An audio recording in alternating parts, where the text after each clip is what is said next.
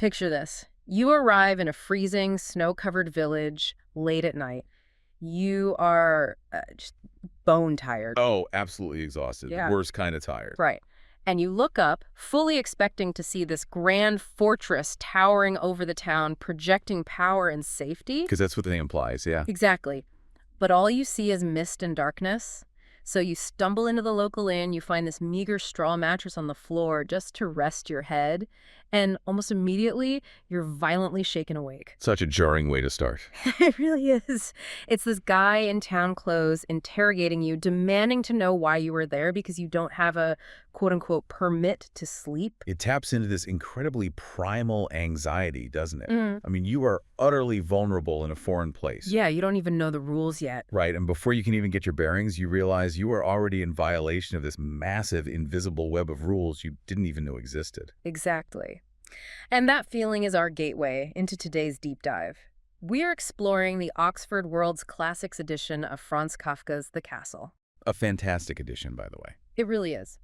Specifically, we are looking at the translation by Anthea Bell, anchored by this incredible introduction and analysis by Richie Robertson. Robertson's work here is just invaluable for understanding the context. Totally. This material includes Kafka's biography, extensive notes, and the vivid, frankly disorienting opening chapters of this unfinished novel. And it is worth noting right up front that we have to discard a lot of our preconceived notions. Oh, for sure.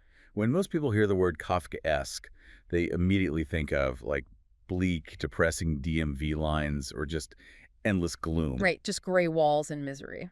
Yeah, but Richie Robertson's analysis reveals something completely different about this text. Okay, let's unpack this, because you're right. Our mission today isn't just to wade through some dreary nightmare. If you actually look at the text, it is surprisingly really funny. It's a dark comedy. It is. It's a dark, absurd physical comedy.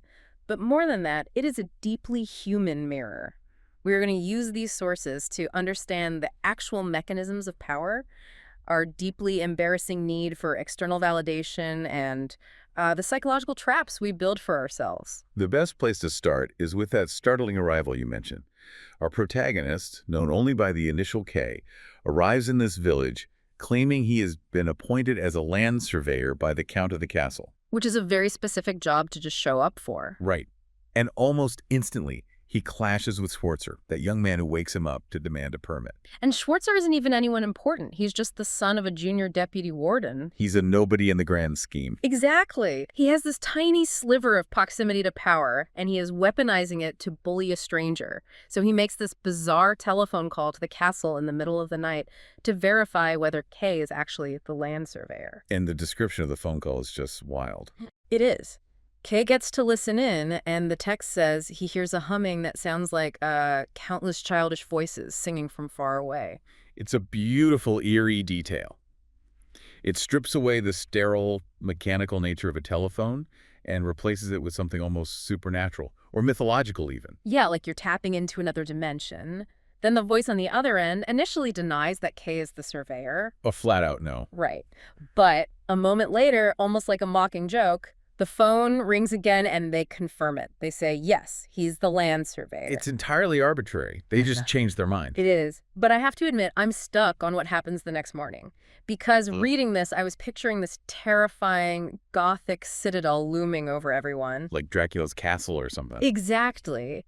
But when Kay wakes up and looks at the castle in the daylight, it's completely underwhelming. How does the text describe it again? It says it's a rambling, ramshackle collection of low-built stone houses with flaking paint. Flaking paint. Wow. Yeah, it looks more like a rundown, neglected small town with a crazed, irregular tower covered in ivy. It doesn't even have the dignity of the local village church. That is such a jarring image. It's like showing up for a new corporate job after communicating with this mystical, impenetrable HR department that speaks in riddles. You expect to walk into a sleek, imposing, glass and steel headquarters, and you get there, and it's a crumbling strip mall next to a highway. That is a perfect modern parallel. You just deflate instantly. So this is where I need your help, because it doesn't make sense to me. If the castle looks so pathetic and falling apart in the daylight, why on earth do the villagers treat it like Mount Olympus? It's a huge disconnect. If the emperor so clearly has no clothes, why are they terrified to even whisper the names of the officials? That is the core paradox of the novel. Okay. And Rishi Robertson's historical context is absolutely vital to understanding the why behind this. Okay, lay it on me. You have to remember, when Kafka was writing this, it's the early 1920s. We are in a post-religious, heavily secularizing era, standing right in the rubble of the First World War. Right, the total collapse of the Austro-Hungarian and Russian empires. Exactly. For centuries, authority was easy to understand. It was the divine right of kings, or the strict hierarchy of the church. It was unquestionable. Exactly. But when those empires collapsed, society experienced a massive, terrifying power vacuum. The old gods were dead, and the kings were deposed. Leaving everyone kind of scrambling. Yeah, because human beings have a deep psychological terror of being totally free, of having to invent their own meaning in a chaotic universe. That makes sense. Freedom is exhausting. It really is. So, what do? They invent a new pantheon? The bureaucrats of the castle have stepped in to fill the void left by religion and royalty. Wait, so they're worshiping pencil pushers just because they need something to worship? Precisely. What's fascinating here is their power isn't derived from an army or physical force or divine right. It's just paperwork. Yes. As Robertson notes, the castle's power requires the quote-unquote eye of faith to be seen. The castle is essentially a blank projection screen. That is wild. It is only powerful because the villagers have collectively agreed to subjugate themselves to it. They sustain the castle's authority through their own absolute, unquestioning reverence. Okay, but if the castle's power is just an illusion in their heads, if it's just a crumbling building filled with bureaucrats, how does the village actually function day to day? That's the million-dollar question. I mean, I'm trying to figure out how they enforce rules if the authority is completely hollow. To answer that, we have to look at how Kafka constructs the bureaucracy itself. Because once Kay tries to formally begin his job, he gets a meeting with the village mayor. Oh man, this scene. And this meeting is an absolute masterclass in administrative chaos. It is pure physical comedy. Kay finds the mayor bedridden with gout, and his bedroom is completely overflowing with files. Literally just mountains of paperwork. Yes. And the mayor proceeds to tell Kay this incredible, absurd backstory about why Kay was even hired. It turns out the village has absolutely no need for a land surveyor.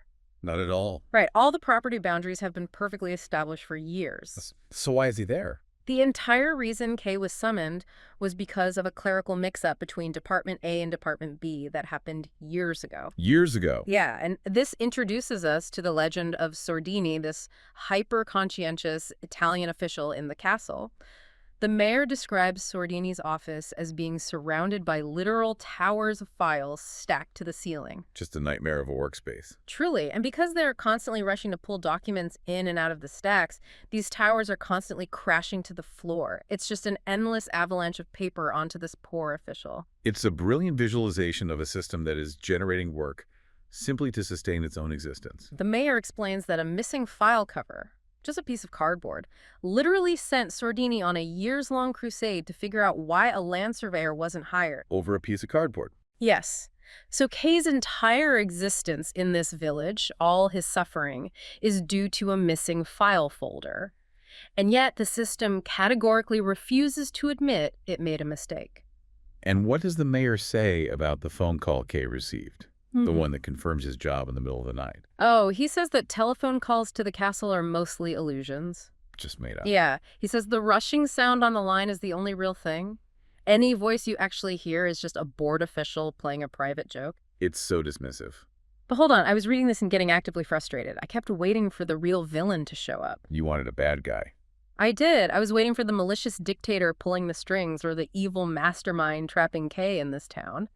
But Kay is just the victim of a lost piece of cardboard. Yeah. How is that scary? It sounds less like an oppressive evil regime and more like a massive algorithm glitch that nobody remembers how to fix. But don't you see? That is exactly why it is terrifying. Kafka is isolating the absolute horror of modern institutions. What do you mean? Well, if you are oppressed by an evil dictator, you have a target. You can reason with the tyrant, you can bribe them, or, historically speaking, you can overthrow them. Right, but you can't assassinate an algorithm glitch. Exactly. You cannot fight a machine that has lost its original operator, but continues to hum along. Kafka is satirizing the assumed infallibility of the bureaucracy. Because they refuse to admit they're wrong. Yes, the fundamental unwritten rule of the castle is that there are no mistakes. If the system summoned a land surveyor, then by definition, a land surveyor must be needed, even if objective reality contradicts it. Because if the system admits one mistake, the whole illusion of its godlike power crumbles. Right. And the psychological toll this takes on the individual is immense. You mentioned earlier the idea of an algorithm glitch. Yeah, it feels very modern. Think about how modern algorithms govern our lives right now. Credit scores, social media feeds, automated resume filters. Oh, wow. Yeah, that is terrifying. The mayor tells Kay that official decisions from the castle happen like a, quote, flash of lightning. They are sudden, entirely unpredictable, and completely disconnected from the years of paperwork that preceded them. That is so bleak. You are subjected to absolute power, but you are denied any logical causality. You are just waiting for the lightning to strike, and you have no idea why. Exactly. So we have this glitchy, unfeeling algorithm running the town. But it doesn't just stop at paperwork and job titles. No, it goes much deeper. Here's where it gets really interesting. What genuinely baffled me as I read the source material is how this bureaucracy colonizes their intimate lives. It deeply infects the personal, romantic, and psychological reality of the villagers. It dictates their self-worth. And this is most vividly illustrated through the character of Clam, who is a high-ranking official in the castle. Right, Kay encounters Frida, who is a rather unassuming barmaid at the castle inn, and she proudly, almost defiantly, claims to be Clem's lover. Which is a huge status symbol for her. Huge. And what follows is one of the most bizarre romantic scenes in literature. Kay and Frida have this frantic, desperate hookup, literally rolling around in the spilled beer puddles and rubbish under the bar counter. It's not exactly romantic. No. And all this while Clem is allegedly asleep in the very next room. It is a striking, deeply pathetic scene. But if we connect this to the bigger picture, we have to look at the mechanism of attraction here. Okay, break that down. Kay is not drawn to Frida out of some pure, transcendent romance. He's drawn to her because she represents proximity to power. Because she knows Clem. Exactly. She's a physical conduit to Clam. But to fully understand how deeply the castle's power warps human psychology, we have to look at the contrast to Frida. We have to look at Gardina. Yes. Gardina, the landlady of the Bridge Inn. This is the part that truly threw me. It's unbelievable. Gardina was also briefly Clem's lover. Over 20 years ago, they had exactly 3 meetings. 3. In 20 years. Yes. And for 2 decades, she is obsessed over those 3 encounters. She shows Kay her most cherished, sacred mementos from this brief affair. She has a nightcap, a shawl, and a faded photograph. And the photograph isn't even of Clam. No, it's a picture of the messenger who summoned her to Clam. It's so absurd. And Kay looks at the photo and realizes the guy isn't lying down on a board like she thinks. He's horizontal because he's in midair doing the high jump. I love that detail so much. It's ridiculous. It's like someone basing their entire identity on a broken algorithm. Or actually, it's like someone staking their whole life's meaning on a celebrity who accidentally liked their social media post 20 years ago. That's exactly what it is, a parasocial relationship. Why is she so fiercely defending a relationship that Clem obviously doesn't even remember? This is where we have to unpack the psychology of cognitive dissonance and the sunk cost fallacy. Oh, interesting. Gardina didn't just sleep with Clam. She traded her autonomy for that memory. She tells Kay that Clam never forgets people. He just ceases to acknowledge their existence entirely. Which is such a massive leap of logic. It's a brilliant rationalization. Because if she admits that Clam is just an overweight, forgetful bureaucrat who used her and tossed her aside, what happens? Her entire reality collapses. Wow. If those 3 meetings meant nothing, then she has wasted 20 years of her life. The human brain struggles to handle that level of grief and insignificance. It's too painful to accept. Exactly. Yeah. So, to protect her ego, she manufactures a delusion of profound mythic significance. She must worship Clam to justify her own existence. It's so sad. I mean, her entire marriage is a product of this delusion. It really is. She married her husband, Hans, simply because Hans's uncle respected her status as Clam's former lover, and because of that, he leased them the inn on good terms. The authority of the castle isn't just governing the land.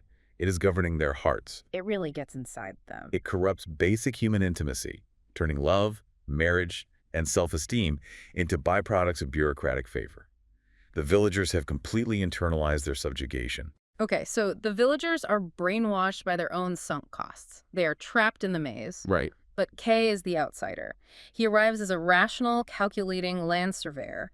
His literal job is to measure reality and draw clear lines. He's supposed to be the objective one. So why doesn't he just measure the absurdity of this town, realize it's a trap, and leave? Because that is the ultimate tragedy of the novel. Kay believes he is immune to the superstition of the village. He thinks he's above it all. Right. He demands to see Clam. He pushes back against the arbitrary rules. He thinks he is the hero fighting the corrupt system. Right. But in doing so, he becomes completely obsessed with the castle. He falls into the exact same trap. He does, and honestly, he isn't much of a hero.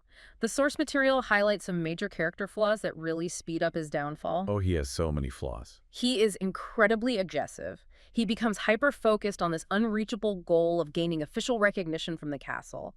And frankly, he becomes a bully. You're thinking of how he treats his assistants. Arter and Jeremias. Now, to be fair, they are identical, clownish, and completely useless at surveying. They are pretty annoying. They clearly know nothing about the job. But Kay is physically abusive to them. He actually hits one of them with his fist. It's quite shocking. He acts like a tyrant whenever he has a tiny shred of power, even while he's supposedly fighting the tyranny above him. He replicates the very hierarchy he claims to despise. And the painful irony is that Kay actually finds something genuine in the village. He really does. Despite the bizarre circumstances of their hookup in the beer puddles, he finds a moment of real, tangible human connection with Frida. Which is so rare for him. The source notes that the scene on the floor is described lyrically.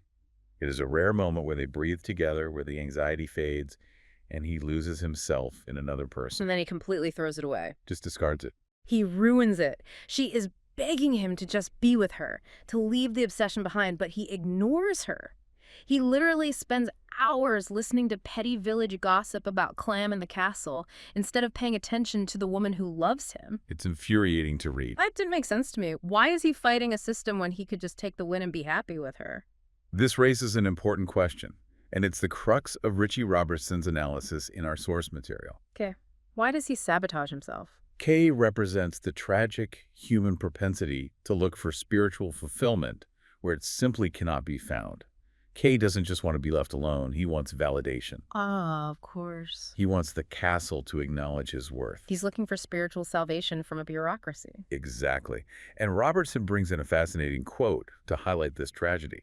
He references a quote that Kafka himself loved from the French writer Gustave Flaubert. What's the quote? Well, Flaubert, who was famously solitary and dedicated solely to his art, visited a happy, chaotic family with many children. Afterward, Flaubert simply said, "They are in the right." They are in the right. Meaning the simple, tangible, everyday human connection is the actual point of life. Yes. If Kay and the villagers could just ignore the crumbling buildings on the hill, if they could focus on everyday tasks, on tangible community, on the love of the people right in front of them, they might actually be happy. Because the castle can't really stop them. Exactly. The castle has no power to stop them from loving each other. But Kay rejects the tangible world for the abstract. His struggle against the castle isn't a noble rebellion. It is entirely self-defeating. So he didn't really come to fight the system, he just fought himself. There's this one memory Kay has that the source material brings up, and I think it unlocks his whole psychology. Oh, the graveyard scene. Yes. He remembers being a child in his hometown, and there was this high graveyard wall. None of the other kids could climb it. But Kay climbs to the top, he rams a flag into the wall, and he looks down at the crosses in the graveyard, feeling that he was greater than anyone. It is a profound and incredibly lonely memory. He's planting a flag among corpses. It's this desperate need for an empty, isolating victory. We all want to plant a flag and feel important, but Kay is literally looking down on the dead to feel alive. And that childhood memory perfectly mirrors his actions in the village. Later in the story, he achieves what he thinks is victory. When he waits by the carriage? Right. He managed to stand next to Clam's empty carriage in the courtyard, effectively preventing Clam from leaving the inn. He is technically free to stand there. Right, nobody stops him. The officials won't physically force him to move. But as he stands there, alone in the snow, he realizes that nothing is more meaningless or more desperate than this freedom. Wow. It is a freedom achieved by cutting off all contact with other people. He wins a staring contest with an empty carriage, but he loses Frida. He loses the only thing that actually mattered. That's so tragic. It's heartbreaking because he chose the maze. The terror of having no authority meant he had to build his own meaning. And instead of building a life with Frida, he chose the maze because it gave him a fake purpose. That is the enduring genius of Kafka.